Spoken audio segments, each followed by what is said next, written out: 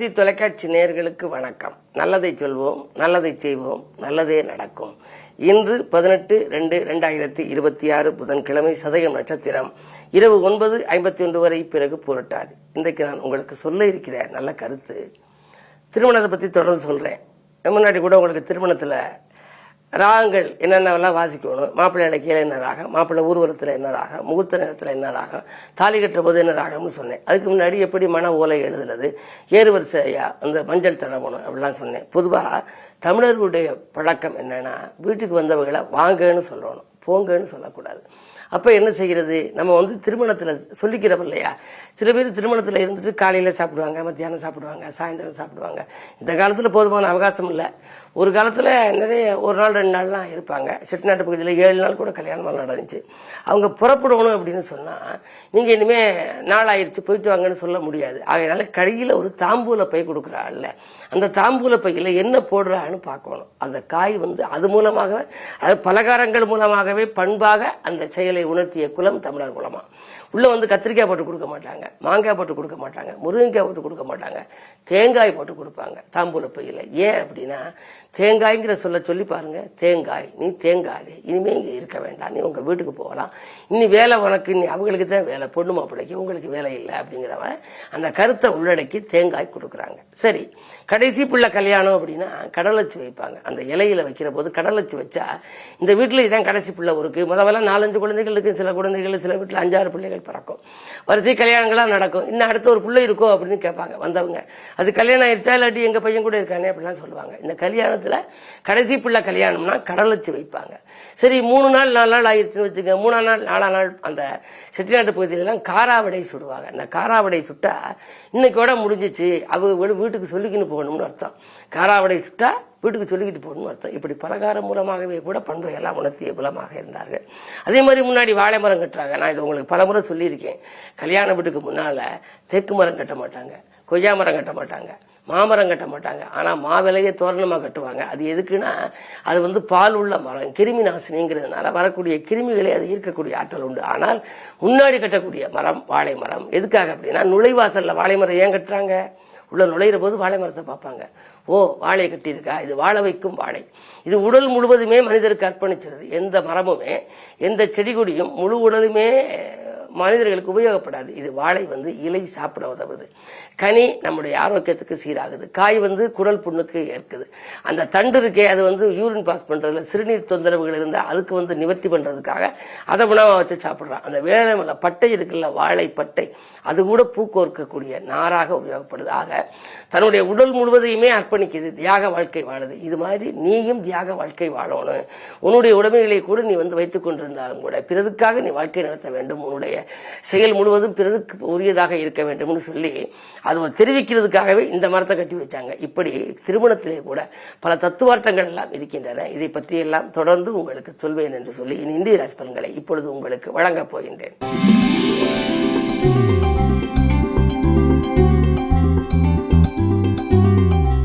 மேசராசி நேயர்களே, உங்களுக்கெல்லாம் இன்று ராசிநாதன் செவ்வாய் உச்சம், லாபஸ்தானத்திலே 4-5 கிரகங்கள், சூரியன், புதன், சனி, ராகு, சுக்கிரன், 5 கிரகங்கள் இருக்கின்ற பொழுது கவலைப்பட வேண்டாம். லாபம் சிறப்பாக வரும், தொழில் முன்னேற்றம் உண்டு, தொட்டது துலங்கும். உத்தியோகத்தில் இருப்பவர்களுக்கு அதாவது பதவி உயர்வும் ஊதிய உயர்வும் கூட கிடைக்கலாம். இந்த நாள் நல்ல நாள்.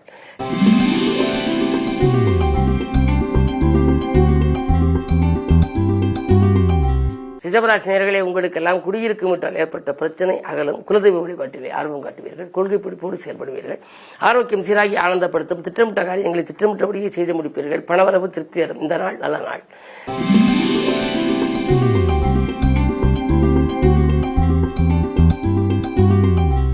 மிதுனராசி நேயர்களே, உங்களுக்கு ராசியிலேயே குரு வக்ரம், 7க்கு அதிபதி வக்ரம் பெற்று இருந்து தன் வீட்டை தானே பார்ப்பதனாலே இன்றைக்கு உங்களுக்கு மனைவி மக்கள் வழியில், அதாவது வாழ்க்கை துணை வழியே ஒரு நல்ல காரியம் நடைபெறப் போகிறது. படித்து முடித்த வாழ்க்கை துணை இருந்தால், அதற்கு இதுவரை வேலை கிடைக்காதிருந்தால் இப்பொழுது வேலை கிடைக்கும். தொழில் அமையாமல் இருந்தால் தொழில் அமையும். உதிரி வருமானங்கள் பெருகி உள்ளத்தை மகிழ்விக்கும் நாள் என்று கூட சொல்லலாம். சமூக பணியில் ஆர்வம் காட்டுவீர்கள். பொது வாழ்வில் இருப்பவர்களுக்கு நல்ல பொறுப்புகள் கிடைக்கும்.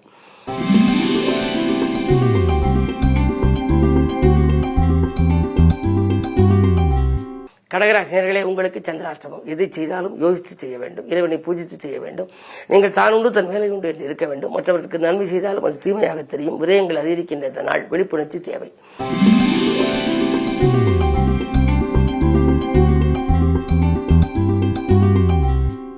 கும்பராசினியர்களே, உங்களுக்கு கண்டகச்சனியின் ஆதிக்கம் ஒருபுறம் ஜென்மத்தில் கேது. எனவே உங்களுக்கு இனம் புரியாத கவலை மேலோங்கும். எந்த செயலையும் இப்போது செய்வோமா வேண்டாமா, எது செய்வோமா அதை செய்வோமா என்றெல்லாம் சிந்திப்பீர்கள். வருமானம் வரும் முன்னதாகவே செலவுகள் காத்திருக்கும். எனவே இன்று அமைதியும் நிதானமும் உங்களுக்கு தேவை.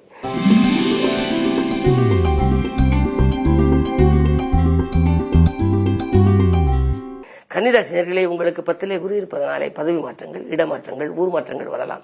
தொழில் புரிபவர்கள் பணியாளர்களிடம் பக்குவமாக நடந்து கொள்ள வேண்டும். பணியாளர்களுடைய தொல்லை கொஞ்சம் அதிகரிக்கலாம்.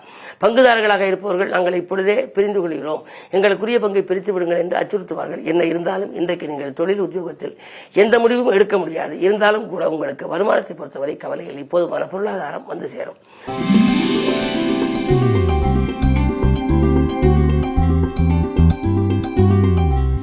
துலாம் ராசினியர்களே, உங்களுக்கெல்லாம் வேதனைகள் நீங்கி வெற்றி கிடைக்கின்ற நாள். இன்று வீடு வாக்குவாதங்களை தவிர்ப்பது நல்லது. வீடு மாற்றங்கள் பற்றி சிந்திப்பீர்கள். இருக்கும் வீடு அவ்வளவு திருப்தியாக இல்லையே, வாடகை வீடாகத்தானே இருக்கிறது, வேறு வீடு செல்லலாமா என்றெல்லாம் சிந்தித்தவர்களுக்கு அது கிடைக்கும். சொந்த வீட்டில் உள்ளவர்கள் இந்த வீட்டை விட்டு மாற முடியவில்லையே, ஆனால் இந்த வீட்டுக்கு இப்படி வேதனை இருக்கிறது என்று கவலைப்படுபவர்கள் ஒரு கணபதி ஹோமம் வைத்துக் கொள்ளலாம், அல்லது ஏதாவது ஆலய வழிபாடுகளை மேற்கொள்ளலாம். பொதுவாக இன்று உத்தியோகத்தை பொறுத்தவரை வேலைப்பளு கொஞ்சம் கூடுதலாகத்தான் இருக்கும். மேலதிகாரிகளை பகைத்துக் கொள்ள வேண்டாம்.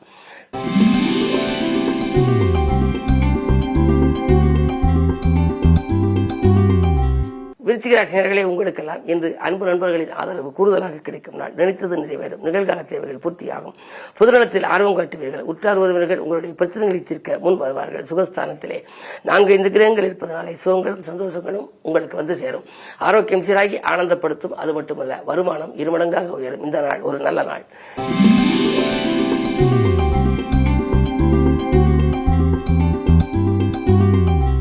தனுசு ராசினியர்களே, உங்களுக்கெல்லாம் இந்த நாள் ஒரு இனிய நாள், யோகமான நாள். உங்களுடைய ராசிநாதன் குரு சப்தம ஸ்தானத்தில் சஞ்சரிக்கின்றார். 7ஆம் இடம் என்பது வாழ்க்கையை நிர்ணயிக்கின்ற இடம். எனவே வாழ்க்கை துணை வெளியே வந்த பிரச்சனைகள் அகலும், வருமானம் உயரும். அயல்நாட்டிலிருந்து கூட ஆதாயம் தரும் தகவல் உங்களுக்கு கிடைக்கலாம்.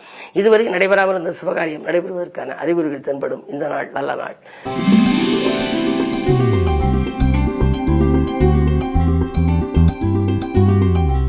மகராசி நேர்களே, ராசிகளுக்கு செவ்வாய் உச்சம். 4-11 அதிபதி செவ்வாய்.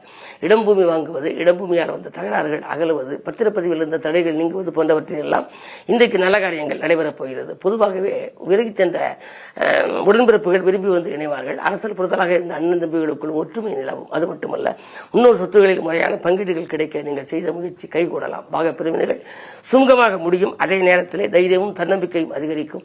இன்று 8லே கேது இருப்பதால் பயணங்கள் கூட பறந்தரும்.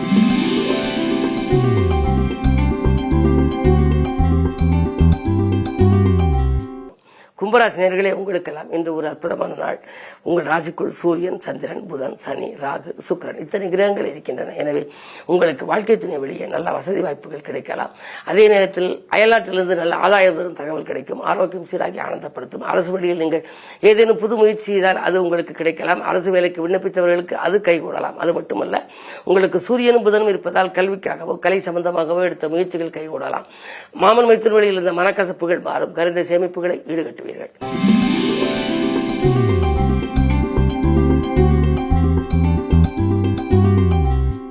மீனராசினியர்களே, உங்களுக்கு மிகச்சிறந்த நாள். இன்றைக்கு ஒரு அற்புதமான நாள், யோகமான நாள்.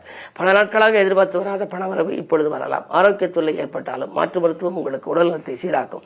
6ல் கேது இருப்பதால் உத்தியோகத்திலே மேலதிகாரிகள் உங்களுக்கு இணக்கமாக நடந்து கொள்ளாவிட்டாலும் கூட நீங்கள் வேலையை செவ்வனை செய்து பாராட்டு பெறுவீர்கள். இந்த மதியத்திற்கு மேல் உங்களுக்கு ஒரு நல்ல தகவல் கிடைக்கப் போகின்றது. புதிய உத்தியோகத்திற்கு ஏற்பாடு செய்தவர்களுக்கு அது கைகூடும். மேலும் விவரங்கள் அறிய தினத்தந்தி படியுங்கள்.